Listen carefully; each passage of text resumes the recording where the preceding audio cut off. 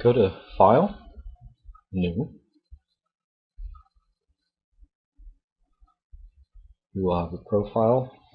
Change it from print. Now, we want to choose print. Units, change it to inches. And then we're going to change the width and height to 8 inches by 8 inches.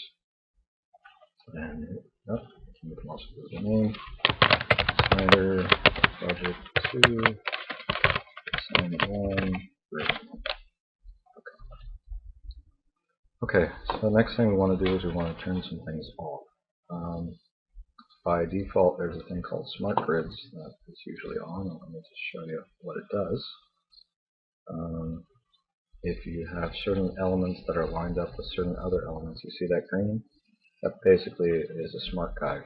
And what it does is it tries to dynamically adjust and align elements in your design. So by default, it's on. So you want to go to View, Smart Guides, turn that off.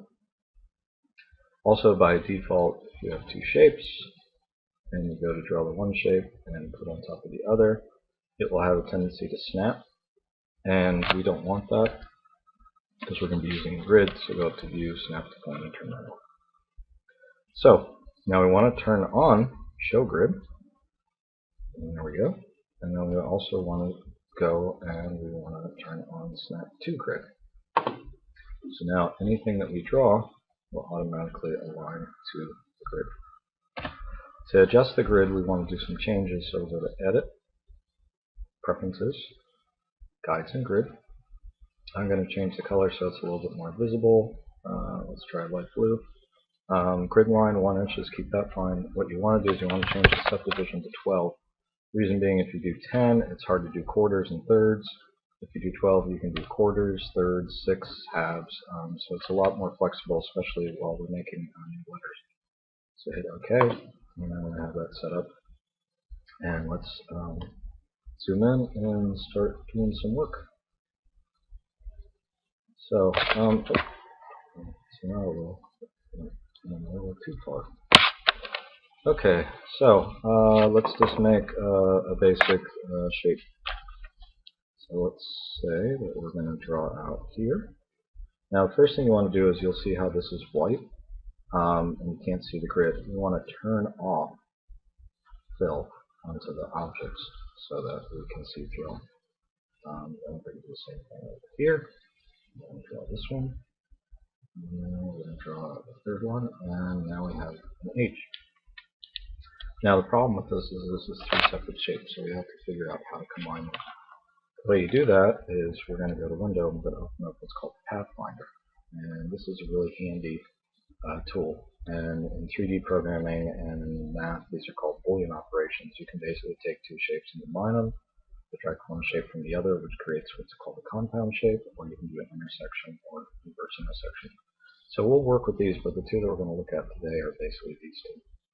So what I'll do is I'll select all these objects, and I will choose Unite. And voila, I have a type that is basically my H is done. Now, the thing with this is if I have to go back at any time and change it, I can't do it. So I'm going to undo that operation, Control Z. And I'm going to open up my layer manager. Actually, no, I'm just going to pull that off to make it easier. And right now I have one layer. I'm going to double click and I'm going to rename this work layer.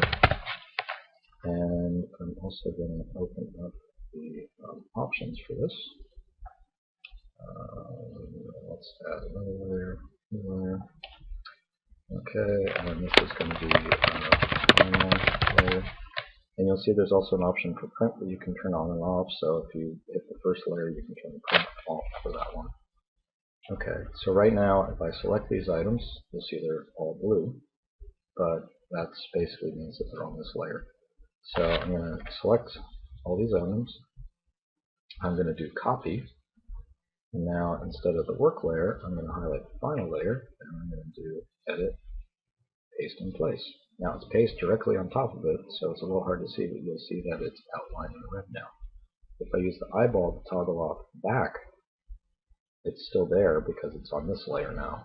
And then I can go to a merge, and then I can go and I can convert, and now I have that letter all done.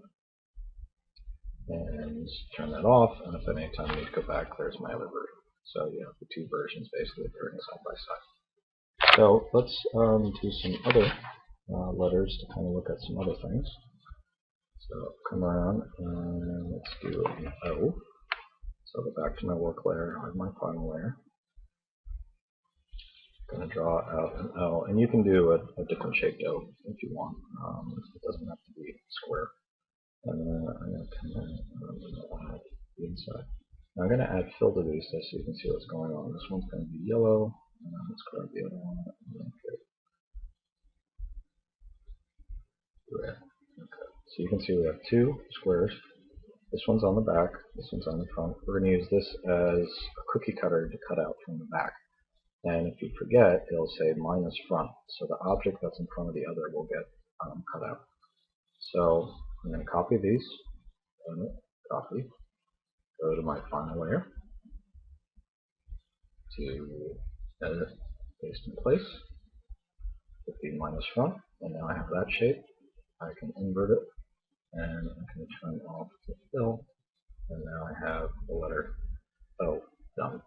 And the other thing is when you hit this, you'll see it's called a compound path. Anytime you have a hole in something, it's actually one shape that's filled with another shape that's being cut out, at least one. And you see this on the E's and A's and a bunch of different letters, but O is the most common one. And at any time, you can break these shapes apart. If you actually right-click, you can do release compound path. And when you do that, it actually, grab it, it actually breaks it back into the two separate shapes. Should you want to do that.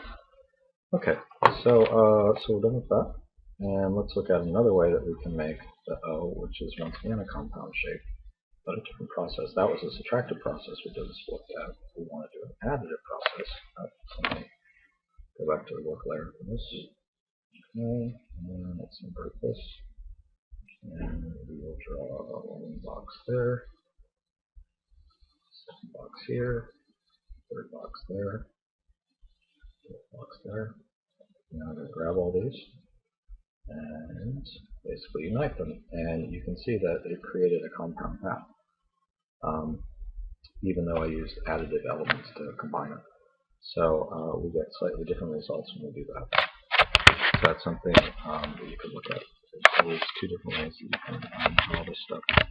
And let's put it on there. Should edit this in place.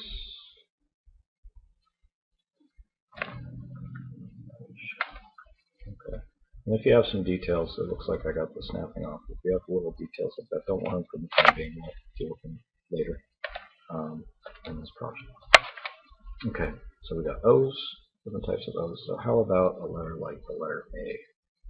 Now we can start out with drawing, go back to the right layer,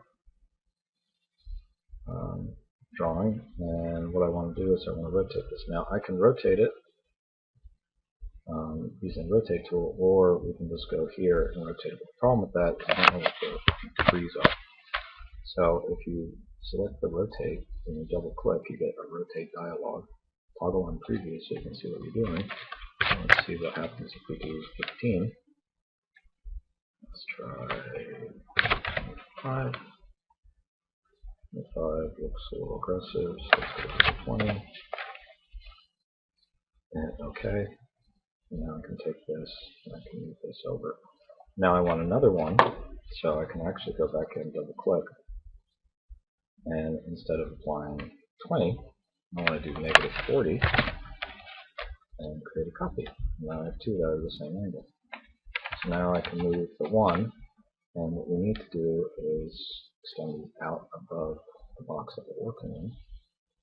And right now they're intersecting here, so we're going to keep on moving them apart until they're intersecting above up here, so that when we go to do the top of the letter, it's not funny.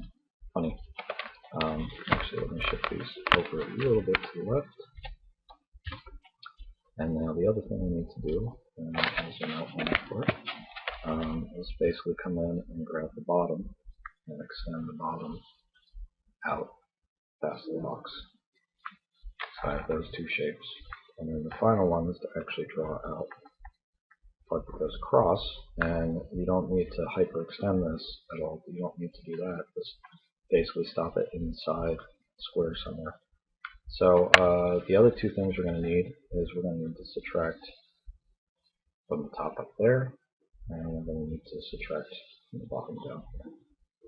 So let's border select all this items and do a copy. Go up to the final layer, make that the work layer, edit, paste in place, and now let's grab these three elements and merge them together. Now let's grab this and that shape and subtract. Now we've got the top, and then downshift, grab the bottom, and subtract. And now we've got the letter A, and we'll invert it and roll back. So that's the general process for the assignment, and basically start with your name, and after you get the letters of your name done, if you get that done in time, then you can start working on the alphabet. That concludes this tutorial.